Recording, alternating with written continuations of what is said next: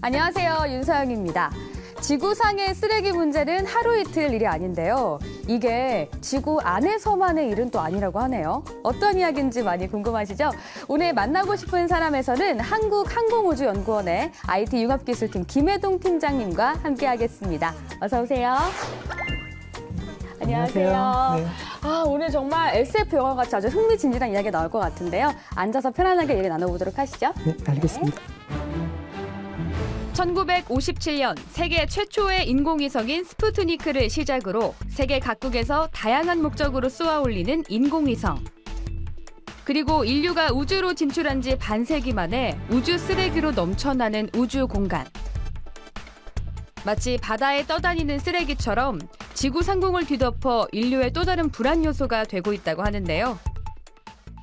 만나고 싶은 사람 한국항공우주연구원 IT 융합기술팀 김혜동 박사와 함께 우주 쓰레기에 대해 알아봅니다.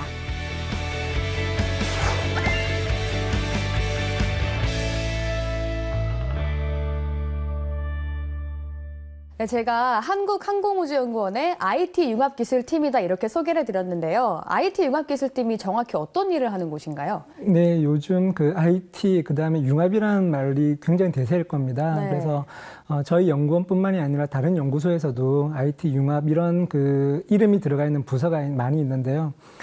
저희 한국항공우주연구원의 IT 융합기술팀은 한 2년 전에 만들어졌습니다. 만들어진 목적으로는 IT 기술을 기반으로 해서 항공우주 분야의 어떤 전문적인 해석, 설계 소프트웨어를 만들기도 하고요. 지금 현재 저희가 하고 있는 일 중에 하나는 인공위성을 관제하는 소프트웨어도 저희가 만들기도 하고요. 그다음에 오늘 말씀드릴 그 우주 쓰레기, 그러니까 우주 쓰레기와 우리가 운영하고 있는 인공위성과의 충돌 위험을 분석하고 저희가 대비할 수 있는 소프트웨어도 만들었고요. 그다음에 지금 현재는 우주 쓰레기와 관련해가지고 우주 쓰레기를 우주 공간에서 실제로 어떻게 처리를 하면 좋을 것인가라고 하는 연구도 하고 있습니다. 네, 오늘 저희가 집중적으로 다뤄볼 주제가 바로 우주 쓰레기잖아요. 근데 사실 우주 쓰레기다 이렇게 하면은 딱 와닿지가 않아서 저희가 사진을 하나 준비해 봤거든요. 한번 같이 보실까요? 네, 이게 우주 쓰레기 사진이라고 하는데, 그러니까 정확히 저렇게 커다란 게 지금 지구로 떨어진 건가요? 네, 그렇습니다. 예, 저거는 지금 무엇이냐 그러면은 인공위성이 우주로 날아가기 위해서는 이제 발사체 로켓에 실려서 올라가야 되는데요. 네. 그 로켓에 실려 있는 연료통이 일부가 이제 지구 대기권으로 들어오면서 불타 없어져야 되는데 보통 이제 연료통 같은 경우는 이제 특수한 재질, 이제 티타늄 같은 특수한 재질로 만들어져 있기 때문에 네. 일부가 불타지 않고 저렇게 지구로 추락하는 사례도 가끔 있습니다. 근데 원래는 땅에 추락을 하게 되면은 혹시라도 다칠 수가 있기 때문에 네. 대부분의 로켓들은 올라가서 남겨진 로켓 부분들이 대부분은 이제 바다에 떨어지게끔 대부분 이제 설계를 하게 되어 있습니다. 네. 그래서 바다에 대부분 떨어지기 때문에 사람이 뭐 다치거나 그런 일은 없는데 저 경우에는 아마도 로켓가 원래 생각했던 곳으로 가지를 않고 다른 곳에 이렇게 불시착한 예라고 보시면 되겠습니다. 그럼 보통 우주 쓰레기가 이렇게 우주 발사체의 잔해물로 저희가 생각을 하면 되는 건가요? 그것도 있고요. 기본적으로 우주 쓰레기라고 하는 거는 정의를 우리가 어떻게 내리냐 그러면 인간이 만들어낸 물체가 우주 공간에 갔다가 더 이상 쓸모없이 버려진 모든 물체들을 얘기를 하게 되겠습니다. 그래서 가장 당연한 예는 인공위성을 우리가 뭔가 일을 시키기 위해서 이제 올리지 않습니까? 올려가지고 몇 년 동안 잘 이용을 하다가 연료가 다 떨어진다든지 아니면은 뭐 고장이 난다든지 하게 되면은 이제 버려지게 됩니다. 네. 예, 그게 일단은 이제 우주 쓰레기로 전락을 하는 거죠. 우리도 자동차를 다 막 이렇게 계속 천년만년 쓸 수는 없지 않습니까? 잘 쓰다가 몇 년 뒤에 아니면 뭐 고장이 나게 되면 폐차장으로 가서 이제 버리게 되는데 이제 네. 우주 공간 같은 경우는 폐차장이라는 개념이 아직 없으니까 그런 것들이 버려지게 되면 우주 쓰레기가 되겠고요. 그다음에 아까 보여드린 그림처럼 로켓에 실려가지고 인공위성이 올라가야 됩니다. 그러면 그 인공위성들이 1단, 2단 로켓들이 가속을 줘가지고 마지막에 인공위성을 이제 집어넣게 되는데요. 네. 마지막에 3단 로켓 같은 경우는 인공위성하고 거의 유사한 궤도에서 지구를 계속 돌게 되어 있습니다. 그래서 인공위성은 따로 이제 떠나게 되고 남은 로켓도 이제 지구 주위를 돌게 되는 거죠. 그것도 굉장히 큰 우주 쓰레기가 되는 거고요. 그 다음에 이제 그렇게 버려진 인공위성하고 그런 로켓의 몸통들이 서로 부딪혀가지고 또 다른 우주 쓰레기를 또 발생할 수도 있고요. 그 다음에 재밌는 예는 우주인들이 그 우주 왕복선에서 이제 나와가지고 우주 유영을 하지 않습니까? 네. 우주 유영을 하다가 뭔가 일을 하는데 스패너 같은 어떤 도구들을 놓치게 돼요. 놓치게 되면 그것도 우주 쓰레기가 되는 거죠. 우리가 보기에는 굉장히 적은 속도로 움직인다고 생각하지만 우주 왕복선 옆에 있는 그 자체가 지구 주위를 도는 굉장히 빠른 속도를 가지고서 돌기 때문에 그것도 큰 위협이 될 수가 있고요. 그런 우주 쓰레기의 사이즈라고 하는 건 하여튼 제각각이라고 보시면 되겠습니다. 우주 쓰레기의 범위가 생각보다 넓은 것 같아요. 네, 그렇습니다. 네. 네, 그럼 우리나라에서 이 우주 쓰레기를 연구하신 분들 중에 최초의 한 분이라고 들었는데 어떻게 하다가 이렇게 연구를 하게 되셨나요? 네, 아마 국내에서는 우주 쓰레기를 연구를 한 뭐 사람 중에 한 사람으로 아마 2007년도에 네. 제가 먼저 우주 쓰레기 위험에 대해서 이제 분석을 하게 됐는데요. 계기는 뭐였냐 그러면 2007년도 1월 달에 네. 중국에서 자국이 만들어가지고 쏘았던 인공위성 중에 그 팽륜 1C라고 하는 인공위성이 있었습니다. 그 인공위성이 이제 버려져 있었는데 그것을 목표로 해가지고 중국 사천성에서 미사일을 쏘았습니다. 미사일을 쏘아가지고 지구 주위를 돌고 있는 인공위성을 맞춘 거죠. 대단히 어려운 기술인데요. 네. 그 기술을 불행인지 다행인지 성공을 하는 바람에 엄청나게 많은 쓰레기들이 이제 갑작스럽게 만들어지게 된 거죠. 그 계획은 왜 하게 된 거예요? 중국이 이제 우주 기술을 발전시키기 위해서요. 연습용으로 뭐 한 그렇게 거였는데? 볼 수 있습니다. 예. 그래서 그때 당시에 제가 항공우주연구원에 위성을 운영하고 있는 관제실에서 근무를 하고 있었는데요. 비상이 걸렸어요. 비상이 걸려가지고 그때 당시에 저희 연구원에서 개발해서 운영 중인 위성이 2개가 있었습니다. 아리랑 위성 1호가 있었고요. 그 다음에 아리랑 위성 2호가 있었는데 국가적으로 굉장히 중요한 위성이거든요. 그 2개를 하나씩 만드는데 한 2,400억, 2,500억씩 들어가지고 만든 위성이니까. 천문학적인 돈이. 네. 갑자기 중국에서 이제 그런 실험을 하는 바람에 생긴 우주 쓰레기 때문에 그것들이 망가지면 안 되잖아요. 네. 그래서 제가 처음으로 우리 아리랑 위성하고 그 쓰레기들하고 중국 때문에 만들어진 쓰레기하고 얼만큼 이렇게 충돌 위험이 있는지를 처음 분석을 해서 이제 상부, 그러니까는 국가 상부기관에 이제 보고를 했던 기억이 있습니다. 그래서 그때서부터 이제 우주 쓰레기에 관심을 가지게 됐고요. 지금까지 이렇게 왔습니다. 아니, 이런 우주 쓰레기에 대한 관심이 점점 높아지고 있는지 요즘은 영화에서도 그런 장면을 조금 찾아볼 수가 있더라고요. 네, 맞습니다. 네. 네, 저희가 장면을 좀 준비해봤는데 함께 보실까요? 네, 이렇게 우주를 떠다니는 우주인들이 보이는데 움직이는 게 다 우주 쓰레기를 표현한 거죠, 지금. 지금 현재 막 이렇게 굉장히 오. 빠른 속도로 날아오고 부딪히는 것들은 우주 쓰레기에 의해서 그렇게 파괴가 또 일어나고 또 다른 지금 쓰레기가 지금 만들어지는 모습이라고 볼 수 있죠. 네. 쓰레기가 쓰레기를 만드네요. 그렇죠. 네네. 아니, 이런 게 근데 영화에서만 하는 게 아니라 실제로도 가능한 장면이나요? 현재까지 저렇게 갑작스럽게 많은 쓰레기가 발생하는 네. 대량의 어떤 사태는 지금 발생되지 않았는데요. 네. 현재까지 파악이 된 인공위성이 우주 쓰레기와 부딪혀가지고 운영이 중단되거나 파괴가 되었다라고 나중에 분석을 해서 봤을 때 확인이 된 거는 한 4개 정도 사례가 있습니다. 그 중에 유명한 사례가 96년도에 프랑스의 세리스라고 하는 위성이 있었는데요. 네. 갑자기 이제 통신이 안 되는 거예요. 그래서 왜 안 되지라고 아무리 이제 파악을 했는데 결국 나중에는 보니까는 그 통신이 안 되는 시점 전으로 어떤 우주 쓰레기, 우주 물체가 지나가서 통신 시설을 갖다 이렇게 때려가지고 마비가 됐다라는 게 이제 판명이 됐고요. 그다음에 2009년도에 미국의 그 이리듐 위성이라고 해서 약 66개의 위성이 지구 주위를 돌면서 이제 통신을 하는 위성이 있습니다. 이게 상업용 위성으로 서비스를 하게 되는데요. 그것도 갑자기 이제 통신이 안 되고 그거는 완전 이제 박살이 났습니다. 그래서 나중에 그 궤도를 분석해서 보니까는 버려져 가지고 돌고 있던 러시아 위성, 러시아의 코스모스라고 하는 위성하고 살아있는 위성이 서로 완전히 정면으로 부딪혀가지고 수천 개의 또 다른 쓰레기를 만든 아주 그냥 사상 초유의 이제 사태가 일어났던 거죠. 예, 네. 다행스럽게도 이제 그런 문제가 발생됨으로 인해 가지고 네. 전 세계적으로 우주 쓰레기에 대한 관심이 높아지게 된 계기가 또 됐습니다. 네, 미리미리 조금 대비책을 세우는 그런 네, 게 좀 네. 필요한 것 같은데 네.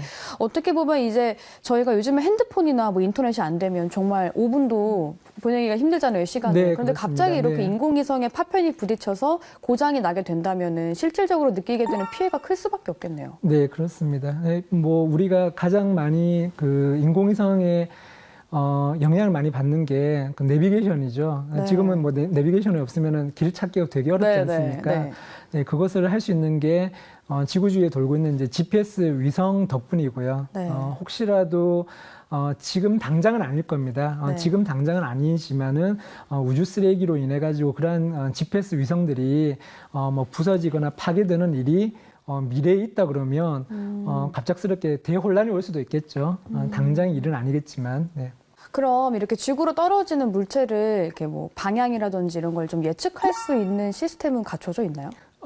그 시스템이 현재까지는 유일하게 미국이란 나라가 갖추고 있습니다. 미국이란 나라는 굉장히 오래전부터 네. 미국 러시아하고 우주 개발을 처음 시작한 나라이기도 하고요. 네. 그래서 한 50년 동안에 지금까지 우주를 감시할 수 있는 시스템을 갖추고 있습니다. 유일하게. 그래서 미국에서는 미국 합동 우주 전략 사령센터라 그래가지고 조인트 스페이스 오퍼레이션 센터라고 하는 곳이 있는데요. 거기에서는 전 지구에 걸쳐가지고 레이더 시스템만 26개, 그 다음에 지름이 2m가 넘는 굉장히 큰 광학 카메라만 하더라도 3개를 갖다가 지구 곳곳에 배치를 해가지고 거기서는 어떤 걸 하냐 그러면은 어떤 물체든지 지구 대기권을 벗어나서 지구를 돌게 되는 궤도 운동을 하게 되는 모든 우주 물체를 갖다가 자동적으로 감시를 하게 됩니다. 감시를 해서 이 물체가 언제 어느 곳을 지금 지나고 있는지에 대한 정보를 위성을 운영하고 있는 기관에다가 보내줍니다. 저희 그 항공연에서도 거기서 보내준 정보를 이용을 해서 우리 인공위성하고 지름 10cm 이상인 우주물체하고 언제 어느 때 가까이 지나가는지를 저희가 파악을 하게 되고요. 다른 대부분의 나라도 그 정보에 의존을 할 수밖에 없습니다. 그러니까 왜 그렇게 이제 좋은 일을 하냐 그러면 지금 현재까지는 네. 가장 많은 우주 쓰레기를 만든 나라가 러시아하고 중국하고 미국입니다. 이제 미국이 뭐 일만의 좀 책임감을 좀 네. 가지고 있다고 볼 수도 있고요. 왜냐 그러면은 그렇게 해야 다른 곳에서도 요즘 우주 개발을 막 이제 시작을 많이 하지 않습니까? 네. 예전에는 일부 나라에서만 인공위성을 만들어 가지고 쏘아 올리고 그러니까는 우주 쓰레기에 대한 염려가 별로 없었는데 지금은 뭐 아프리카의 나라에서도 인공위성을 쏘아 올리기도 하고 굉장히 경제적으로 어려운 나라도 막 이렇게 쏘아 올리잖아요. 네, 그러니까 개인이 여기저기서 쏘아 올리기도 개인도 쏘아 올리고요. 네. 그렇게 하다 보니까는 미국이라는 나라가 한 뭐 몇백 개의 인공위성을 이제 운영을 하고 있는데 이게 더 난처한 거예요. 난처하니까 자기가 먼저 서비스를 하는 거죠. 네. 서비스를 해서 너네들 좀 인공위성을 이제 쏘아서 운영을 하더라도 쓰레기하고 부딪혀가지고 또 다른 쓰레기 만들면 안 되니까 네. 좀 조심조심 운영을 하라는 뜻으로 이렇게 정보를 지금 현재까지는 보내주고 있는데 앞으로 그것이 이제 유료화가 될 수도 있고요. 아니면은 각국에서 좀 더 자기만의 어떤 시스템을 가지고서 정밀하게 우주 쓰레기에 대한 분석을 독자적으로 해야 될 상황이 올 수도 있겠죠. 우리나라도 계속 발전을 기해야겠네요. 그렇게 돼야 될 것으로 생각합니다. 네, 팀장님하고 이야기를 나눠보다 보니까 우주 쓰레기의 위험성이 조금 체감이 되는 것 같은데 네. 과연 그럼 현장에서는 이 우주 쓰레기를 막기 위해서 어떻게 활동하고 계신지 저희가 영상으로 조금 담아봤거든요. 함께 보시죠. 우주에 쌓여가는 우주 쓰레기 문제에 대처하기 위해 한창 연구 중인 한국항공우주연구원 IT 융합기술팀. 한국이 운용하고 있는 위성 수가 점점 많아지는 만큼 우리도 우주 쓰레기 문제를 더 이상 두고만 볼 수만은 없는 현실이 됐습니다. 저희 연구소에서 개발해서 발사하고 운영하고 있는 위성들과 우주 쓰레기와의 충돌 위험을 항상 이제 분석을 하고요. 직접적으로 우주로 나아갔을 때 우주 쓰레기를 어떻게 붙잡을 것인가, 그 다음에 붙잡고 난 다음에 어떻게 처리를 하면은 깨끗하게 처리를 할 수 있을 것인가라고 하는 우주 쓰레기 능동 제거에 관해서 저희가 지금 연구를 수행하고 있습니다. 한국항공우주연구원에서 자체 개발한 우주파편 충돌 위험 종합관리 시스템 카리스마. 우주 쓰레기와 우리 위성 궤도의 충돌 여부를 계산하고 충돌 위험이 있을 경우 위성을 이동하는 작업을 수행할 수 있도록 도와주는 역할을 합니다. 지금 요거는 우리 위성인데요. 우리 위성이 원래 가고 있는 방향으로 이제 진행을 하게 되면 이 우주 쓰레기하고 충돌할 확률이 굉장히 높아지는 거죠. 근데 만일 이 상태에서 우리 인공위성을 갖다가 최적화된 회피 기동을 수행을 하게 되면 우주 쓰레기하고 부딪힐 확률이 이제 굉장히 떨어지는 거죠. 이렇게 피해가는 걸 알 수가 있습니다. 그래서 이거는 우리 위성이 회피 기동을 했을 때의 경로이고요. 요거는 우리 위성이 회피 기동을 하지 않았을 때 경로를 보여주고 있습니다. 일단 가장 빠른 방법은 그럼 위성을 움직이는 게 가장 빠른 방법이에요? 그렇죠. 왜냐 그러면 이제 다가오는 우주 쓰레기를 네. 움직이게끔 할 수 있는 방법은 없으니까요. 그러니까 내가 피해야죠. 네. 카리스마도 마찬가지로 그 미국 합동우주운영센터 JSPAC이라고 하는 곳에서 제공하고 있는 지름 10cm 이상인 우주 쓰레기에 대해서만 저희가 정보를 받아가지고 우리 소프트웨어로 우리 인공위성하고 언제 부딪힐 건지를 파악하고 판단할 수밖에 없습니다. 나중에 우리나라도 점점 우주 감시를 할 수 있는 체계가 갖춰진다 그러면 그러한 정보의 의존성을 조금이라도 좀 줄일 수 있지 않을까 생각하고 있습니다. 저기는 지금 인공위성 관제소고요. 2007년도에 처음 제가 우주 쓰레기에 대한 이제 분석을 시작했던 곳입니다. 네. 인공위성과의 교신을 통해 위성의 상태를 확인한 후 명령을 보내고 인공위성이 수집한 정보 데이터를 내려받는 위성종합관제실. 반원형으로 되어 있는 것은 우리가 정상적으로 위성하고 교신을 하고 있다는 의미이고요. 그래서 지금 현재 보시면은 그 동그란 원 안에 아리랑 위성 3A호가 작은 원을 가지고서 표시가 돼가지고 지금 지나가는 것을 확인을 할 수가 있습니다.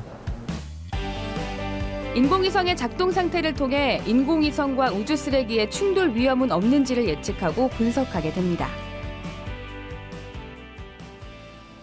여기는 또 어떤 일을 하는 곳인가요? 저기는 테스트를 하기 위한 어떤 공간인데요. 네. 저게 이제 청소위성 자체는 아니고요. 청소위성에 들어갈 어떤 기술을 저희가 이제 시험을 하기 위해 가지고 네. 저렇게 지금 뭔가 시험 준비를 하고 있는 장면이고요. 요게 청소위성을 가상을 해가지고 저희가 뭔가 이제 테스트를 해보려고 하는 거고요. 요게 이제 가상의 우주 쓰레기라고 저희가 이제 보는 겁니다. 가상의 우주 쓰레기라고 보고 내가 지금 제거해야 될 우주 쓰레기라 한다 그러면 그 우주 쓰레기를 이제 쫓아가는 거죠. 쫓아가서 특정 거리를 갖다가 이제 유지를 하게 되겠고요. 유지를 하면서 이놈을 갖다 이제 잡을 것인가 말 것인가를 이제 결정을 해야 됩니다. 우주 쓰레기를 처리하는 방법 중 하나인 청소 위성이 정보를 획득할 수 있도록 스마트폰 프로세스를 결합해 연구 중이라고 하는데요. 실제로는 이 스마트폰 안에 인공위성이 하는 여러 가지 일이라든지 그다음에 기능들을 대부분 다 가지고 있습니다. 저희는 이러한 그 IT 기술을 접목하고자 하는 시도를 지금 하고 있는 중입니다. 이제 막 걸음마를 뗀 연구 초기 단계지만 2020년에는 실제 청소위성을 우주로 쏘아 올려 우주 쓰레기 처리 시스템을 테스트해보는 것을 목표로 하고 있습니다.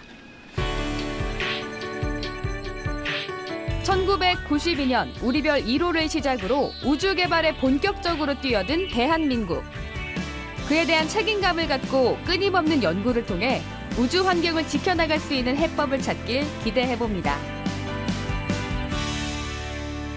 네, 아까 영상에서도 봤듯이 우리가 그 충돌 위험을 분석하는 소프트웨어 카리스마를 네, 이렇게 네. 만드셨는데 이게 정확히 어떤 건지 다시 한번 설명 좀 부탁드릴게요. 네, 그 이름 자체가 조금 특이하죠. 네. 이 카리스마라고 저희가 이름을 명명하는데 굉장히 이제 신경을 많이 썼는데요. 하는 일은 실제 우리가 운영하고 있는 인공위성하고 그 다음에 우주 쓰레기와의 충돌 위험을 저희가 충돌 확률이라든지 그 다음에 얼만큼 가까이 지나가는지 이제 거리 이렇게 여러 가지 측면에서의 거리를 저희가 또 계산을 하게 되어 있고요. 네. 그래서 이제 계산을 했는데 충돌 확률이라든지 거리가 일정 수준을 이렇게 벗어난다. 확률로 저희가 보면은 약 한 1000분의 1 이상 확률이 충돌 확률이 이제 높아지게 되면 저희가 우리 위성을 어느 방향으로 어떻게 움직일 것인가를 저희가 이제 고민을 해야 됩니다. 어떤 방향으로 어떻게 움직일까에 따라 가지고 충돌을 회피하는 데 들어가는 비용, 그러니까는 연료를 많이 쓸 수도 있고 적게 쓸 수도 있고요. 그 다음에 어느 방향으로 어떻게 움직일 것인가를 제대로 우리가 계획하지 않으면 오히려 충돌 위험이 더 높아질 수도 있겠죠. 그래서 그런 것들을 모두 고려해가지고 연료도 적게 쓰면서 충돌 위험도 이렇게 줄일 수 있는 회피 기동 계획이라고 하는 것을 저 소프트웨어를 가지고 또 저희가 할 수 있습니다. 회피 기동 한다는 거는 이제 우리 위성을 추력기를 이용을 해가지고 이제 움직인다는 거고요. 그 다음에 다가오는 우주 쓰레기에 대한 정보를 저희가 어떤 레이더 추적 데이터라든지 아니면은 광학 추적 데이터를 이용해가지고 좀 더 정확하게 계산을 해야 될 필요가 있습니다. 그렇게 해야만 우리가 충돌 확률을 계산을 했을 때 그게 이제 신뢰성이 있겠죠. 그래서 그런 것들도 저 소프트웨어를 이용을 해가지고 저희가 일을 할 수가 있습니다. 네, 그러니까 이 우주 쓰레기에 대해서 이렇게 뭐 위치 같은 거를 분석하는 걸 넘어서서 능동적으로 또 이 우주 쓰레기를 없애는 거에 대해서도 조금 연구를 하고 계시더라고요. 아까 네, 청소위성이 맞습니다. 나왔는데 네네. 그거 좀 자세히 얘기 좀 해주세요. 네, 아까 보여드린 화면이 이제 그 청소위성 자체는 아닌데요. 네. 청소위성을 앞으로 이제 결국 궁극적으로 이제 만들어야 될 것인데요. 거기에 들어가는 여러 가지 그 핵심적인 기술들을 저희가 이제 작년부터 개발하기 시작했습니다. 네. 그러니까 핵심적인 기술 중에 하나는 뭐가 있냐 그러면은 우주 쓰레기를 붙잡으려면은요. 지구에서 출발해가지고 우주 공간에 가서 떠다니는 여러 가지 물체 중에 어떤 것이 우리가 목표로 하고 있는 우주 쓰레기인지 제거를 하고자 하는 우주 쓰레기인지를 근처까지 가야 되겠죠. 근처까지 이렇게 가는 그 과정을 우리가 랑데뷰 라는 과정이고요. 네. 우주 쓰레기가 돌고 있는 궤도에 쫓아가는 걸 랑데뷰 과정이고요. 네. 그 다음에 그 앞에까지 살짝 이제 다가가야 될 것입니다. 근데 이제 다가가자마자 바로 붙잡으면 안 되고요. 왜냐 그러면은 이제 우주 쓰레기라고 하는 거는 대부분 이제 고장나서 버려진 인공위성이라든지 네. 그 아까 발사체의 마지막 그 몸통 부분이기 때문에 네. 임의의 어떤 그 회전 속도를 가지고 이렇게 돌고 있습니다. 이렇게 돌고 있는 놈을 갖다가 우주 공간에서 갑자기 이렇게 잡으려고 하다 보면 오히려 더 서로 이렇게 부딪혀가지고 또 다른 쓰레기를 같이 만들 수도 엉키게 있어요. 되는, 네. 예, 그래서 그 근처에서 어떻게 붙잡을 것인가 아니면 뭐 그물을 던지더라도 특정한 거리를 유지를 해야만 되겠죠. 그래서 이제 어느 시점에서 어떻게 붙잡거나 그물을 던지거나 어떠한 다른 그 액션을 취할 것인지 그러한 과정에서는 예를 들어서 지구에서 계속 지켜보면서 그것을 갖다가 우리가 조이스틱을 가지고서 조종하듯이 할 수가 없습니다. 그러니까는 온전히 청소위성이 가지고 있는 눈, 그러니까는 이제 어떤 카메라 센서를 가지고 자기가 앞에서 지금 가고 있는 우주 물체에 대해서 들어오는 영상 정보를 가지고 얘가 내가 지금 쫓아가고자 하는 물체인지를 인공위성 스스로가 이제 계산을 해야 됩니다. 그것도 이제 계산해야 되는 어떤 소프트웨어도 우리가 개발을 해야 되고요. 그 다음에 그것을 가지고서 우리가 어느 만큼 지금 가까이 지금 쫓아가고 있는지 거리에 대해서 이제 추정하는 알고리즘도 저희가 개발해야 되겠고요. 그래서 그런 여러 가지 것들을 저희가 이제 연구를 시작하고 있는데 특히나 이제 저희가 또 IT 융합 기술팀이다 보니까 네. 아까 보여드린 것처럼 그 스마트폰 자체를 저희가 청소 위성에서 직접 쓸 수 있게끔 저희가 스마트폰 안에 들어가 있는 그 프로세서를 마치 인공위성이 가져가야 만들어야 될 그 컴퓨터로 저희가 지금 쓰고자 하는 시도를 하고 있습니다. 그래서 실제로 뭐 외국에서는 이미 스마트폰 자체를 인공위성처럼 쓰는 폰셋이라고 하는 개념도 있어요. 그래서 그런 시도들을 지금 하고 있는데 그러한 기술들을 서로 저희가 접목을 시킴으로 해가지고 하고자 하는 것은 무엇이냐 그러면은 조금이라도 좀 이렇게 저비용으로 적은 비용으로 여러 개의 우주 쓰레기를 이렇게 가지고 와서 처리를 하게 되면은 굉장히 효율적이겠죠. 지금 현재까지는 그러한 기술들이 많이 지금 개발되어 있지는 않습니다. 그래서 저희도 도전해 볼 만한 과제로 지금 생각하고 있고요. 저희가 보통 이제 로켓과 로켓가 만난 도킹 작업을 하는 것도 굉장히 고도의 기술인데, 네, 맞습니다. 네네. 그 우주 발사체를 잡으려고 따라다니려면 정말 많은 네, 노력이 맞습니다. 필요하겠네요. 그리고 네, 또 여러 개를 맞습니다. 또 가져오려고 하니까. 네, 맞습니다. 네네. 그렇군요. 제가 알기로는 뭐 미국이나 일본 같이 우주 개발 조금 선진국들은 그거를 좀 지키기 위해서 규정이나 이런 것들이 따로 정해져 있다고 들었거든요. 네, 맞습니다. 그것을 저희가 이제 그 스페이스 디브리, 그러니까는 우주 쓰레기, 미티게이션 가이드라인이라고 그러는데요. 우리말로 굳이 이제 번역을 하자 그러면은 우주 쓰레기 발생을 억제하거나 네. 줄이기 위한 자체적인 가이드라인이 되겠습니다. 그 가이드라인을 맨 처음 만든 나라가 이제 미국이고요. 네. 미국이 1995년도에 그러한 룰을 만들었고, 그 다음에 일본의 작사라고 하는 곳에서 만들었습니다. 그 다음에는 프랑스, 그 다음에 독일, 지금 뭐 러시아, 중국에서도 자체적인 가이드라인을 만들어 가지고 어떻게 하고 있냐 그러면 우주 쓰레기가 발생하지 않도록 인공위성을 설계할 때는 요렇게 만들어야 되고, 그 다음에 발사체를 발사할 때는 그러한 나머지 찌꺼기들이 혹시라도 우주 공간에 남아있지 않도록 해야 된다. 그 다음에 인공위성을 운영을 하게 되면은 운영하는 동안에 충돌 위험이 없도록 회피 기동도 해야 되고, 그 다음에 마지막에 인공위성을 다 썼으면 안전하게 폐기를 해라. 가장 이제 쉬운 방법 중에 하나가 낮게 떠다니는 위성 같은 경우는 지구 중력이라든지 대기의 어떤 저항 때문에 고도가 낮으면 낮을수록 더 빨리 지구 대기권에 들어와서 자연적으로 없어지거든요. 네. 그래서 높이 떠다니는 인공위성들 같은 경우는 굉장히 수십 년 동안 떠 있어 가지고 우주 쓰레기를 만들 수 있는 확률이 높아지게 됩니다. 그래서 임무를 다 하고 난 다음에는 최대한 25년 이내에는 지구 주위에 떠돌다가 불타 없어지게끔 25년이라는 어떤 가이드라인도 있고요. 그 다음에 지구 정지 궤도라 그래가지고 지구로부터 36,000km 떨어져 있는 정지 위성이 있는데, 네. 그러한 위성은 수백 년이 지나도 떨어지질 않아요. 그런 위성들은 오히려 고도를 갖다가 더 높이 올려가지고 우주 무덤이라 그러는데 그쪽에 올려버림으로 해가지고 다시 밑에는 또 다른 인공위성이 올라가가지고 이용을 할 수 있게끔 그런 가이드라인을 주는 겁니다. 언제가 될지 모르지만은 우주개발 선진국들이 그렇게 자체적인 가이드라인을 잘 준수를 함으로 해서 우주 쓰레기 증가되는 어떤 그런 추세를 줄여 나갈 수 있으니까는 네. 국제 연합, 유엔이라든지 아니면은 우주 파편 조정위원회라고 하는 어떤 국제 기구를 통해 가지고 네.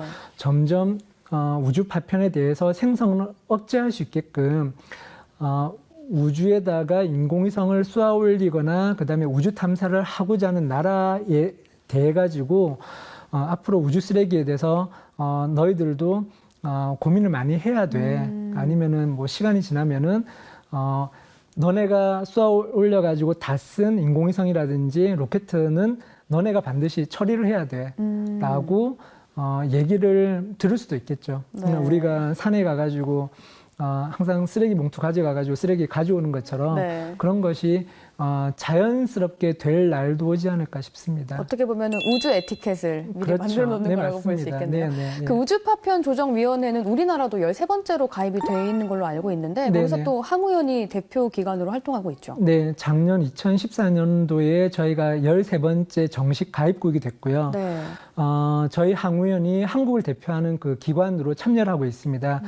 저 역시 지금 거기에 이제 그 워킹그룹 멤버로 올해 4월 미국 휴스턴에서 네. 그 총회가 열렸어요. 1년에 한 번씩 이제 총회가 열리는데 거기에 처음으로 13번째 참가 국가 자격으로 다녀왔고요. 네. 가서 보니까는 굉장히 많은 나라에서 액티브하게 일을 하더라고요.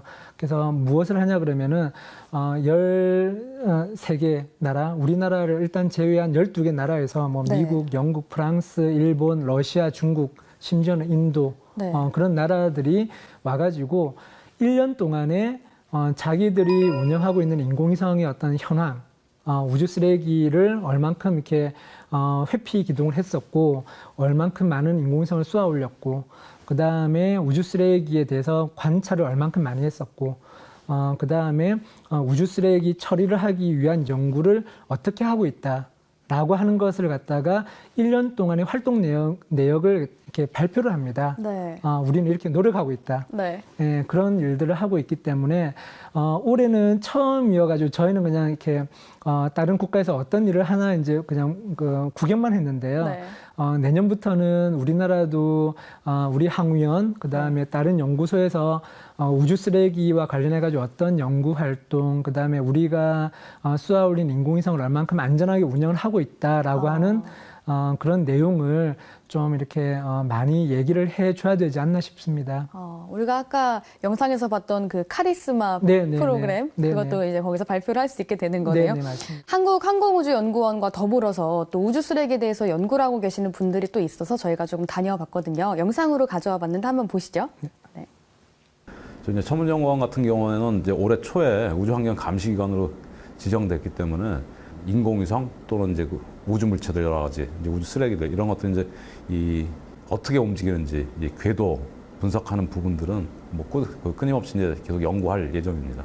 그 일반 저희가 이제 천체를 관측하는 망원경보다 그 시야가 같은 구경에 비해 가지고 뭐 수천 배 넓고요. 그 다음에 이 이동 속도도 뭐 수백 배 빠른 그런 인공위성, 그러니까 우주 물체 감시 전용 그런 망원경을 저희가 이제 만들어가지고 이제 개발을 했고요. 이제 그런 부분들을 갖다가 또 이제 세계 여러 군데 또 설치를 하게 되고 인공위성은 워낙 빨리 진화하기 때문에 사람이 그걸 관측하기가 불가능하거든요. 그래서 저희가 완전 그 자동으로 그 로봇처럼 관측할 수 있는 그런 설계를 해가지고 뭐 만들고 다 테스트를 거쳐가지고 이제 그 몽고 이제 몰고 설치를 한 거죠. 뭐 인공위성 같은 경우에는 뭐 그것도 1톤 이하면 다 타는데 1톤이 넘어가는 것들은 사실 어디로 떨어질지 몰라요. 어떤 잔해물이. 아직까지는 다행히 피해가 없었지만은 인공위성이라는 게 계속 수천 개가 돌고 있고 그것들이 계속 떨어지기 때문에 결국은 피해가 발생할 거라고요. 뭐 실제로 이제 캐나다 이제 어디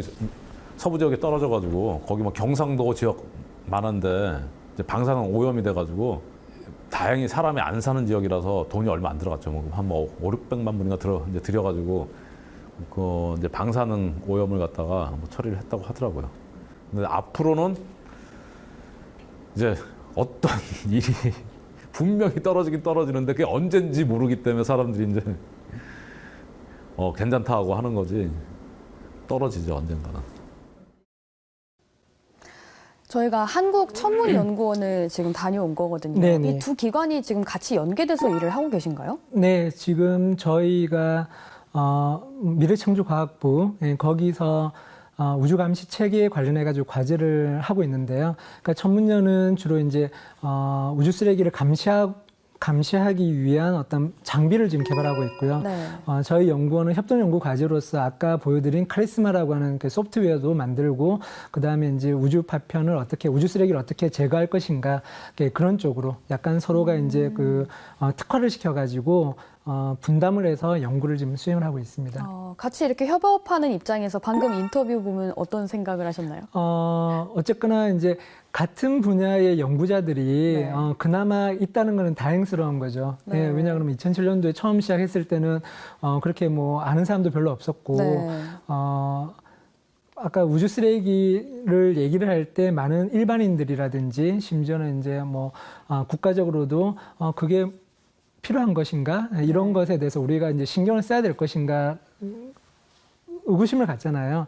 근데 이제 그런 것들이 연구자들이 많이 모이고 어떤 연구 성과를 내고 이런 것들이 우리가 앞으로 이제 대비해야 될 중요한 기술 중에 하나다라고 얘기를 하게 되면 좀 더 많은 사람들이 또 관심을 가질 것이고요. 좀 더 많은 사람들이 관심을 가지다 보면 좀 더 훌륭한 연구 결과가 나와가지고 우리가 뭐 우주 개발 선진국보다 출발은 늦게 했지만 네. 더 나은 어떤 연구 결과를 보여줌으로 해가지고 좋은 결실을 또 얘기할 수도 있겠죠. 네. 네.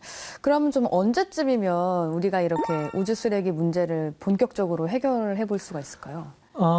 우주 쓰레기를 이제 본격적으로 처리를 하려면은요, 청소 위성 자체, 그 다음에 없애는 어떤 기술에 대한 연구도 필요하지만 가장 큰 걸림돌이 청소 위성을 우주로 쏘아 보내는 비용 자체가 너무 큽니다, 아직까지는. 네. 그러니까 청소 위성 하나 만드는 것도 약간 좀 비용 부담이 있는 데다가 그 청소 위성을 쓰레기를 가지러 또 이렇게 로켓에 실려서 또 이렇게 올라가야 되잖아요. 네. 그러니까 로켓을 발사하는 비용이 이렇게 만만치가 않거든요. 그래서 아마도 지금 현재 뭐 외국에서는 뭐 재활용 발사체 이런 개념을 지금 하고 있는데, 그러니까 발사체에 대한 어떤 부담, 그러니까 인공위성, 청소위성을 실어 나르는 어떤 그런 비용 자체가 지금보다 현저하게 이제 줄어들게 되면 뭐 한 10분의 1 이상 아니면 100분의 1 이상 줄어들게 되는 시점이 오게 되면 이러한 분야에 대한 연구가 굉장히 본격적으로 이루어질 거라고 생각이 되고요. 제가 봤을 때는 그 시점이 지금 당장은 아니지만은 한 2020년이 이제 지나가게 되면 미국도 그렇고 유럽연합이라고 하는 그 유러피안 스페이스 에이전시가 있는데요. 네. 거기서 그 버스 크기만한 자기네들이 운영을 하다가 이렇게 그 고장이 난 인공위성이 있습니다. 굉장히 큰 인공위성이 있는데요. 네. 그걸 2021년까지 한번 붙잡아가지고 지구 대기권까지 내려와서 깨끗하게 없애버리는 걸 갖다가 한번 2020년 초반에 한번 보여주겠다 그랬거든요. 그래서 그런 것들이 이제 보여지게 되면 기술이 이제 성숙이 됐을 거니까 다른 여러 가지의 우주 쓰레기 없애는 어떤 기술들이 2020년 초반 이후부터 굉장히 각국의 어떤 경쟁을 유발을 시키게 될 것이고 발사 비용도 줄어들게 되면 각국에서 쏘아버린 인공위성에 대한 처리를 각국이 해야 된다라고 하는 어떤 그런 인식이 이제 본격화된다 그러면은 좀 더 본격적으로 많은 뭐 청소위성들이 이제 우주 공간에 올라가 있겠죠. 네. 이 팀장님을 비롯한 많은 연구진들의 노력에 힘입어서 대한민국의 우주 쓰레기 처리 기술에서도 큰 성과를 이루길 한번 기대해 보겠습니다. 오늘 말씀 너무 감사합니다. 네, 고맙습니다. 네, 고맙습니다. 감사합니다. 네. 한국 춘란이라는 게 거의 소위 말하는 좀 대박을 터뜨렸다 할까요? 지하에 있는 것을 좀 끌어내어서 소득 증대를 할 수 있다. 중국의 농산물이 싼 것이 많이 들어오기 때문에 위험하다. 포기할 수도 없는 거고 좌절할 필요도 없는 겁니다. 20대 젊을 때는 고생을 해야 된다. 물고기 잡는 방법을 좀 연구를 해라. 방법을 가르쳐주자.